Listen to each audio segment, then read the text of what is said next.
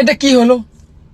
বিএনপির যে সন্ত্রাসীরা যে শেরপুর যে হামলাটা করলো, সেখানে জামাতের এক কর্মী নেতা নিহত হলো, আবার অনেক অনেক শতাধিক কর্মী আহত হলো। এমনকি শুধু জামাতের না, সেনাবাহিনী পর্যন্ত অনেক আহত হয়েছে। সেনাবাহিনীও অনেক আহত হয়েছে। তো সেখানে তারা কি করতে চায়? তারা কোন লেভেলে নির্বাচন করতে চায়? তারা মনে করতেছে এভাবে ভয় ভিত্তি দেখাবে, খুন খারাপি করে ফেলবে, তারপরে যাই মনে করেন কেন্দ্র দখল করে তারা সরকার গঠন করে ফেলবে। এত সুযোগ নাই। এত হাজার হাজার ছাত্র জনতার জীবন দেয়নি আপনাদের এগুলো করার জন্য। তো আপনারা যদি 17 জুলাইকে ভুলে যান, তাহলে আপনাদের ব্যর্থ এটা।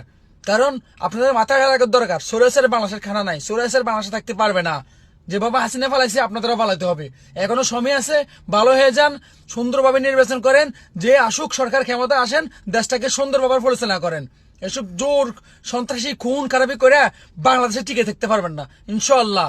আগামীর বাংলাদেশ ইসলামেরও হবে। সেই বিজয় আপনারা কারেন্ট যেভাবেই করেন, যেভাবে খুন খারাপি করেন, কোনো কিছুতে আপনারা কেড়ে নিতে পারবেন না। আপনারা সেনাবাহিনীর উপরে আক্রমণ করবেন, সাধারণ কর্মীর উপরে আক্রমণ করবেন, মেরে ফেলবেন, এগুলো চলে না। এগুলো চলবে না বাংলাদেশের মধ্যে। ভালো হয়ে যান, ভালো হয়ে যান আপনারা।